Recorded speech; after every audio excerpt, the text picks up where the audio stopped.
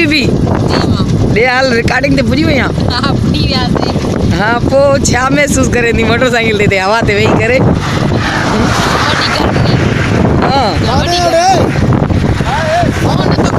अस्सलाम वालेकुम दोस्तों जी त तव्हांखे मां सुबुह ॿुधायसि त मां अॼु पन्या किल शूट ते निकिती आहियां रिकॉर्डिंग ते हींअर मां पन्या किल में बीठी आहियां माशाल्लाह अॼु खोड़ सारी हवा हले थी ऐं माशाल्लाह मौसम अॼु ग्रेट ऐं ज़बरदस्त आहे दोस्त चयमि त दोस्तनि सां थोरो सो शेयर कयां ऐं लोकेशन बि मौसम बि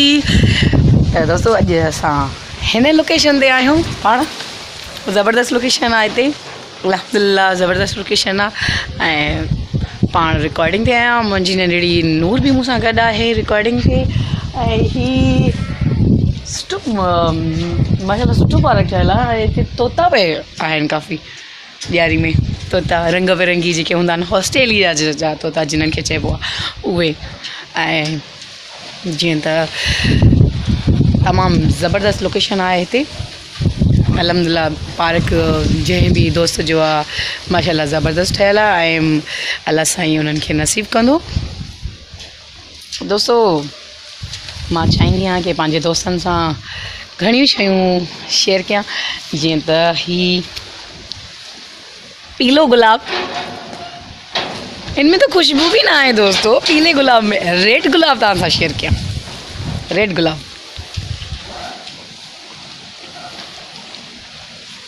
गुलाब जो गुल तूं आहीं गुलाब त गुलाब हूंदो आहे न ईअं न पाण जिते रिकॉर्डिंग ते आई आहियां न त हीअ ज़बरदस्त लोकेशन आहे लोकेशन प्यारी आहे ॻोठ आहे शायदि कंहिंजो बंगलो आहे कंहिं संग साथी जो दोस्त जो बंगलो आहे ऐं तव्हांखे ॿुधाईंदी हलां त हाणे हिन टाइम पन्या किल खां थोरो आउट आहियां रिकॉर्डिंग ते ऐं माशाल्लाह जंहिंजो बि बंगलो आहे अलाह उनखे नसीब कंदो ऐं तमामु प्यारो तमामु ज़बरदस्त आहे तव्हांखे ॾेखारींदी हलां त रिकॉर्डिंग हले पई तव्हां ॾिसंदा हूंदो सेट लॻियल आहे साम्हूं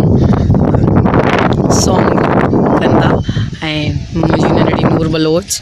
ऐं कोई कैमरामैन असांजो अला बश्क कुराड़ो अला बश्क दोस्तों ये लोकेशन तव्हांखे मां थोरो सो शेयर करायां ही ज़बरदस्त पार्क उन्हनि जो ठहियलु आहे ऐं ही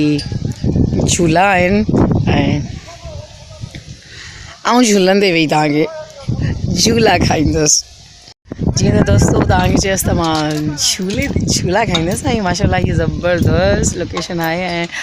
ऐं इंजॉय कयां पई काफ़ी सारो ऐं झूला बि आहिनि ऐं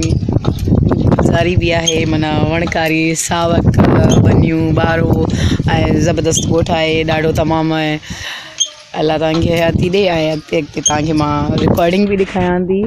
ऐं शेयर कराईंदसि तव्हां सां तव्हां ॾिसजो त अॼु सॼो ॾींहुं कीअं असां इंजॉय कयूं था दोस्तो जीअं त हीअ असांजो पहिरीं प्यारो दोस्त आहे हैदर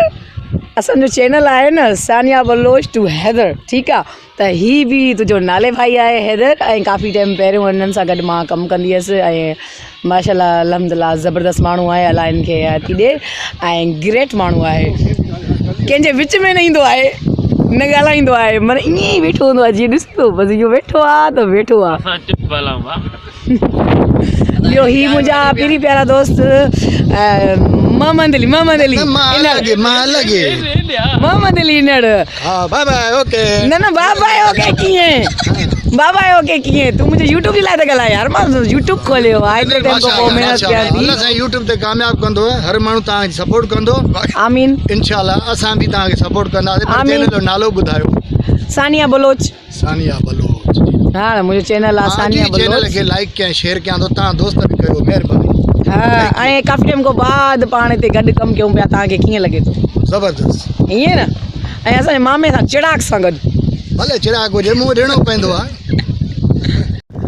दोस्तो ॾाढी ज़बरदस्त लोकेशन आहे ऐं माशाल्लाह ही प्यारी लोकेशन आहे तव्हां ॾिसी रहिया आहियो कि जीअं असांजे ज़बरदस्त तरीक़े सां हिकिड़ा चौरा ठहियल हूंदा आहिनि जीअं गुड लुकिंग चौरा जे उन्हनि में माना